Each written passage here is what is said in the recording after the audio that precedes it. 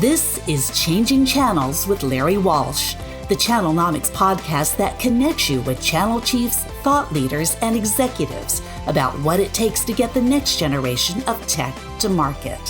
Here's your host, Larry Walsh, the CEO and Chief Analyst of Channelnomics. Hi, everyone. As the lady says, I'm Larry Walsh, and welcome back to Changing Channels. It seems like everyone in the industry is talking about the transition from transactional sales to services. Everyone wants a piece of that recurring revenue. They want that predictability, and they want the profitability that comes from delivering services. And this chase for that services revenue is even extending out to our traditional hardware and even software publishers. More and more, we're seeing legacy companies making plans to develop and field services models.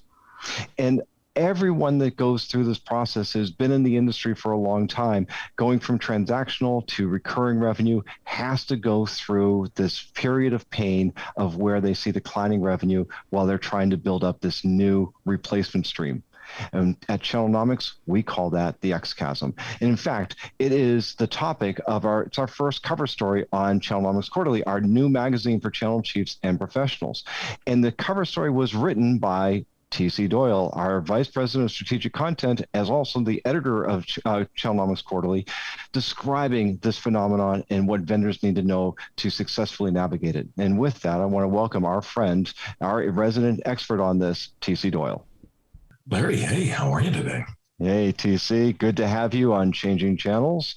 So, TC, you penned the cover story for the first issue of Channelnomics Quarterly.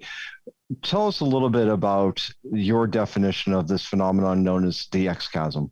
It's pretty simple, and it's great to be here with you today.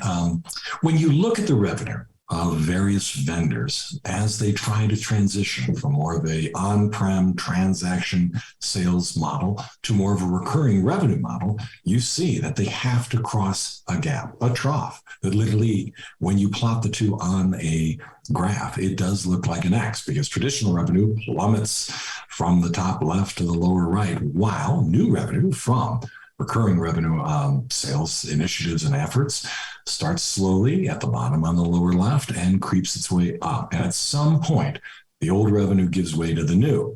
And we can talk about in a second about why these organizations struggle with that, the market motions and all that. But that's literally where that X comes from. Yeah. And look, as I said in my intro, we do see this every time. There is a natural progression that as you start to build up a new source of revenue, and let's face it, subscriptions and services are a replacement revenue. They are not an incremental source of revenue, at least not initially. They really are offsetting what is, by definition, a decline in the traditional transactional revenue. Why do companies fight this phenomenon? Why is it that they see that, they know this X, we've marked it on the map for them, and yet they still say, no, we don't have to do that? Well, you hit it with your setup and the question. It is not new revenue, at least initially. It's replacement revenue. So when you think about when you think about a sales organization, when you think about a tech vendor, and you analyze its go-to-market strategies, comp plans, engineering, sales and marketing, they are all tied to a traditional, ongoing, successful source of revenue. Giving that up brings out all the antibodies within an organization. They fight it. And it all harkens back to the late Clayton Christensen of Harvard's seminal book from the 1990s, The Innovator's Dilemma. Nobody wants to give up something that is once hot, and they will cling to it like barnacles on the side of a boat. But in order to do so, to get to that next level, they're going to have to let that go. Therein lies the rub. People clinging to the old ways because of compensation, because of entrenched ways of doing business, old-timey patterns, muscle memory, and it's very difficult to snap an organization out of that. Yeah, you referenced Clayton Christensen's book, The Innovator's Dilemma. I referenced Jeffrey Moore's Crossing the Chasm. Were all the best business books regarding technology written in the 90s?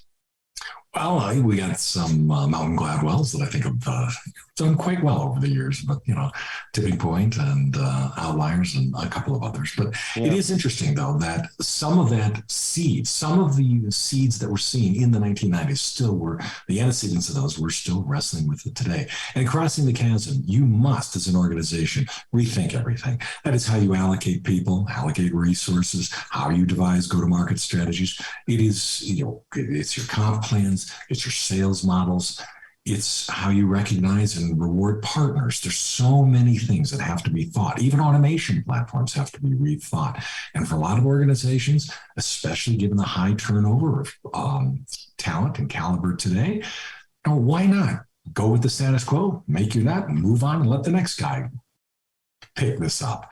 There's a lot of that we still see going on to this day. But I think you're going to get to, there are some successful examples of companies that have crossed that chasm successfully. Well, let's talk about that, because in your article, you do make a reference to a company that actually went through the X, and they didn't fight it. They actually navigated. They had a plan going into it. They knew they were going to hit it, and they knew that if it was successful, they'd come out better on the other side. Let's talk about that company's example. Well, there's not just one, but I know the one you're talking about. I'll get to them in a second. But there are others, M-Files and plenty of others that have done this and systematically put a plan in place. The most notable one, obviously, is Adobe. In order to pull this off, though, it took a lot of work. They had to communicate with their own internal people, why we're doing this, what we're doing this. They had to communicate with their board, with their engineering teams and sales teams, plus partners. In addition, there's another constituency, Wall Street. Adobe did this as a publicly traded company, and trying to tell anybody that, hey, we're about to take a revenue haircut of a significant portion, try passing that off in the best of times, let alone times like we're going through now. It's interesting you did note the impact of the street. Now, if you're a startup out in the Valley or wherever anymore, and you're taking on PE or VC money, and you say, look, we're going to build this on a recurring revenue, they're going to love it. But even though they know it's going to take time in order to build up that revenue, if you go to the street, or even if you go to those same investors and you say, look, we're going to take this box we've been selling on one-offs for the last 15 years and start selling it as a subscription only or as a service, and we're going to go through about 2 or 3 quarters of negative revenue, but we're going to come out 2x on the other side, they'll punish you. So what is that paradox there? Well, it's, trying to convince anybody to take a leap of faith. Kierkegaard talked about the difficulties from the get-go. So that is the dilemma. You want people to buy into it, and especially for those that have an existing model that is doing well. The tendency, the desire to cling to the status quo is just so overwhelmingly strong in an organization, but they must break. And to do that, they've got to rethink things. They've got to say, where do we want to be? Now, this is often done in a vacuum, theoretically, almost academically. But try to do it in a real world environment where your competitors are on your heels, they're making sales gains. That gives some organizations a little bit more license. Look at the disruptive elements around us. Look at the disruptive ideas and innovations coming to fore. Not a lot today are on-prem. They're all moving toward the cloud. In fact, I'm going to cheat, Larry. I've got some notes up here. SaaS revenue alone today accounts for more than 75% of sales in the enterprise. Just 10 years ago, that was 6%. Investors prize annual recurring monthly revenue because it provides more predictable revenue streams, greater stickiness with customers, and higher valuations. So once you're able to convince all your relative constituencies that this is the best plan, you get buy-in. But by golly, what you just referred to is so tough at the onset, because it does mean getting people to make that leap of faith. Yeah. One of the things that we see in our research at Channelnomics is the challenges that vendors have in getting their partners to adopt new business models and new service offerings. It's typically alien to them, even though we have spent more than a decade doing services, talking about services, selling services to the channel. There's still this persistent challenge. What do you think? Why do you think that challenge exists? That when vendors start bringing out a new service, or they transition through the X-Chasm, that the partners don't immediately say, yeah, we recognize that. Let's go all in on it. So why give it don't support? Yeah, why doesn't the channel immediately embrace things? Because they've been burned for a couple of reasons. One, in the past, they've been burned. They've made leaps and they didn't play out. Two, think about their talent. One of the top things that we find in our forecast and other studies is partners are struggling to find adequate talent to run their organizations.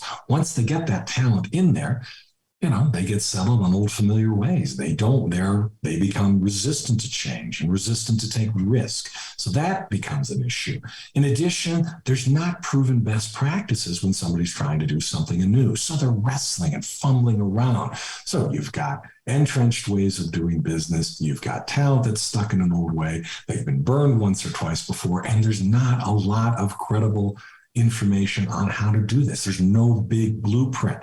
That's why some of the work that we're doing is trying to help vendors see the light, see that there are best practices and consistent rhythms and motions they can apply to their businesses in order to make this a success. Yeah.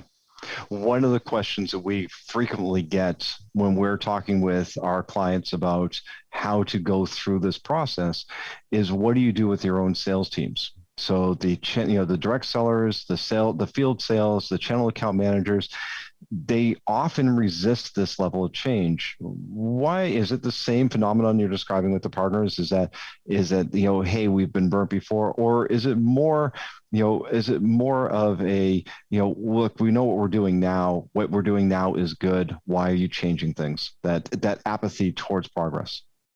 I throw the question back at you. You've worked with salespeople, big vendor salespeople, you've worked with a lot of organizations. How many times can a new salesperson or an old salesperson learn new tricks? Science says maybe 2-3 times they can completely reinvent themselves over the course of a career. A 4th, 5th time, that's tough. So then a lot of vendors and a lot of channel people are looking at entirely new talent. Well, turn left, turn right. Where do you see abundance of skilled talent and salespeople? So for a lot of companies, they struggle having to recognize that for them to make this leap, while they would love to rip and replace a lot of sales teams, they're going to have to do with a lot of existing personnel. That's expensive training, that's re-education, that's getting the comp plans right. That's a lot of complexity that adds to this dilemma. What impact does competition have on crossing the X-Chasm? Does the competition actually have influence over whether or not and how a vendor transits this gap? Well, when you consider that more than half of all software revenue today is generated from subscriptions, I think competition, candidly, can have a positive influence. It can accelerate the recognition among C-suite leaders and board-level leaders that they've got to make a move. That is the blade to their throat. That disruptive innovator that's a crosstown rival, that is an industry upstart, that can get people moving. I think you see more intransigence or more stable or more markets where status quo is established. Trying to get them to move is tough. But where there is a disruptive innovator that is starting to get market share, starting to show some valuation growth, starting to see some sales growth, I think that can induce organizations to move more quickly. So TC, in researching this article in Channelnomics Quarterly, you do note that there are a number of success stories about companies that successfully transit the X-Chasm. That is actually more true than not. And not to say that there's ever any guarantee in business of success. We do seem to note that there is more often success in getting over this hump or over this chasm than not.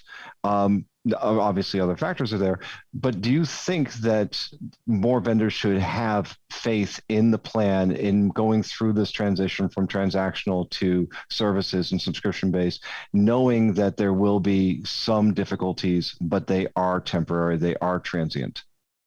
Absolutely. And you bring up a couple of things. A lot of it has to do with management. Look, there's a simple formula. And while there's not proven best practices, there is a formula that others have leveraged. It is communicate with all your constituencies, get your compensation and other plans right, get the engineering, get the product right, communicate to these partners, get them trained, get them prepared for what's coming. Now, I mentioned that a lot of this comes down to management. It all comes down to risk appetite. If they don't have the appetite for it, this is not going to work. But we're starting to see more vendors look at a Microsoft, which added more than $1 billion in market capitalization after it made the successful transition. We see Cisco, Oracle, and others now committing to most of their revenue will come from monthly, if not annual recurring revenue. So yes, with forward-looking leadership, you get it. If you don't have that, you're in a world of hurt. Yep. Words to the wise, my friend.